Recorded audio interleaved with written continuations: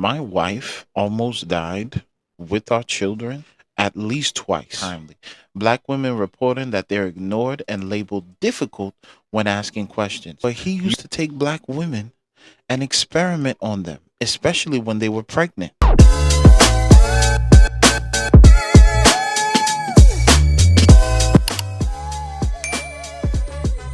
So, number one, higher risk of maternal death and severe complications. This is the truth. My wife almost died with our children at least twice. We have 5 children.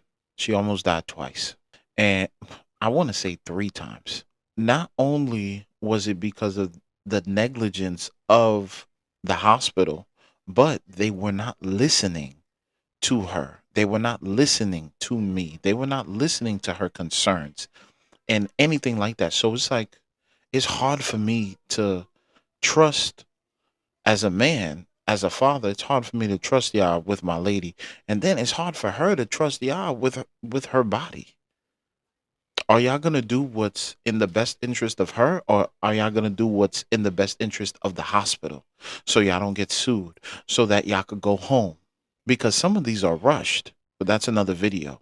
But the point is, higher risk of maternal death and severe complications, that is a real fear. And if they don't listen to your lady, if they don't listen to you advocating for her, something really bad could happen. They told my wife that she was 4 centimeters dilated and they weren't going to admit her. They were going to send her home. And we ended up having the baby at home. It wasn't supposed to happen like that.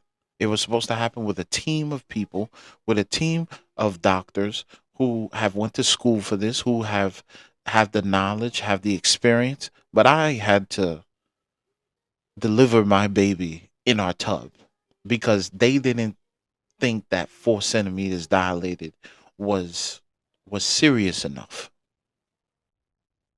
And that leads me into the second point: dismissal of pain, symptoms, and concerns. Providers minimizing symptoms or failing to act timely. Minimizing symptoms. She has a headache. Oh, it'll go away. Just take this and it'll go away. Um, I don't feel the baby moving. Well, the monitor shows that it's picking it up, so the baby's fine. Don't worry about it. Um, my legs are swollen. Oh, honey, this is regular. This is regular. And oh, this is one of the most egregious ones. I feel like I need to push. I feel like I need to use the bathroom.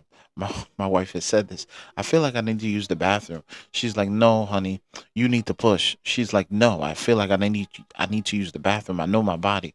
"No, honey, that's the baby coming. You need to push." Whole time she needed to use the bathroom. But now you're like, "Harry, that's not a big deal. She just needed to use the bathroom." The thing is, if she needs to use the bathroom, that means the baby needs to use the bathroom too. If the baby ingests any of its waste while in the belly, there's a problem. There's severe complications. Providers minimizing symptoms and failing to act timely. Black women reporting that they're ignored and labeled difficult when asking questions. You ask any questions, she asks any questions, now she's the angry black woman. Profiling. Whole time, she's just asking for clarity. Whole time, she's just asking for it. The levels start to raise when we feel like you're minimizing us. The levels raise for the husbands that also are advocating. The levels raise when we feel like you're minimizing our wives. So now we're labeled difficult, we're labeled disrespectful, we're labeled animals, and you know what, you're going to get animal treatment. But the whole time you're not being clear on what we're doing here. Number three, implicit bias and racism in clinical care.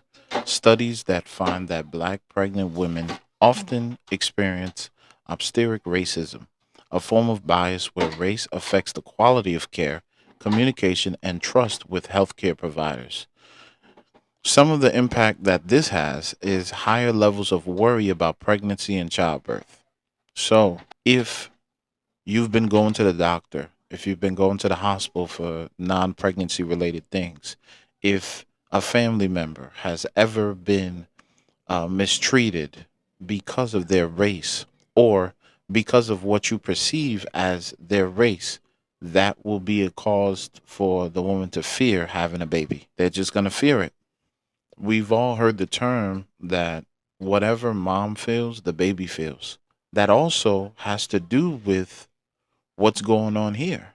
If mom feels like the doctor is racist, mom's going to be a little stressed out, to say the least. Let's trust that providers will listen or act on concerns. This isn't just anecdotal.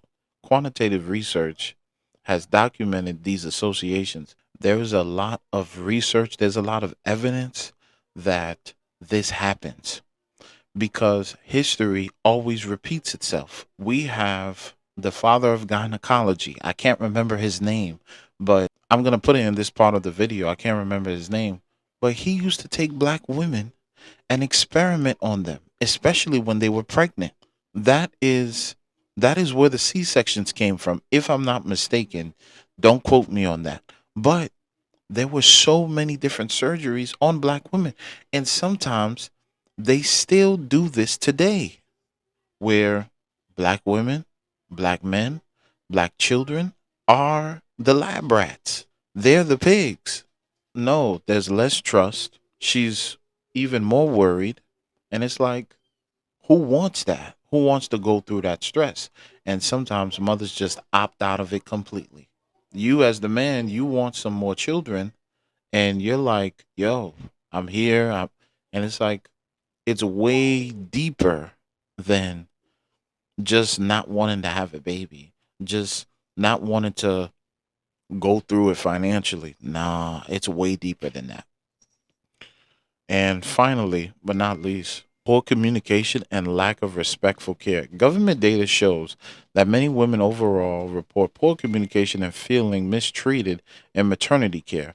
And this is significantly higher among black women. Reported issues include ignored questions and concerns, feeling rushed or not respected, discriminatory comments, and attitudes in hospital settings. Do you know how many times I've seen this happen with my wife? And I've had to check at least 10 nurses on the way they speak to her, the way they treat her, in simple things too. It always starts off small. It always starts off small. I told this story before, but my you know how they put the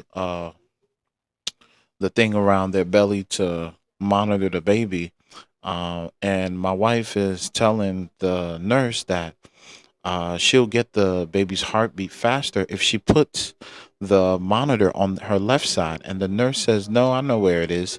And she took forever to listen to my wife. I used to be a firecracker in the hospital.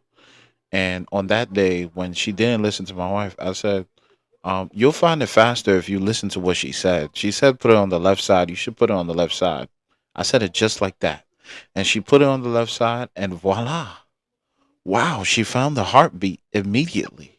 These are four reasons why a lot of black women, a lot of women of color do not want to have children. Many men internalize it, and some of them don't realize it's because they don't want to deal with the hospital. I'm going to make another video on how men, you can actually advocate, make your wife, make you, the mother of your child, feel more comfortable about having a child, about starting a family, because of what you will do to step up and let her know, like, no, you are safe. No matter what they're doing out there, with me, us, we are safe because we're armed with knowledge. We have some gumption about ourselves, and nobody is going to take you or this baby. You're going to get the proper care that you need. And I'm not saying that it's going to be perfect, but you will be respected. You will be respected, and you will know your rights. Half of the battle is knowledge, applied knowledge, because they don't think we know our rights. They don't think we have the gall to stand up to them. Just because you're in a profession, just because you're a doctor or a nurse or a midwife, it doesn't give you the right to be condescending, nasty, and disrespectful. So you're going to respect the parents because you actually work for us. We are not coming here to be at your behest. You're supposed to work for us. And so I'm going to make another video, but this is the video where I'm just explaining some of the fears that women go through and why they don't want to have children. If you have any thoughts, please leave them in the comments. If you're watching this far, thank you for watching this far. I have an ebook called 25 Tips for New Fathers in Postpartum. That's going to be down in the description. Let me know what y'all think. I'm signing off. I'll see you in the next video. God bless. Hey, Daddy, what's the word?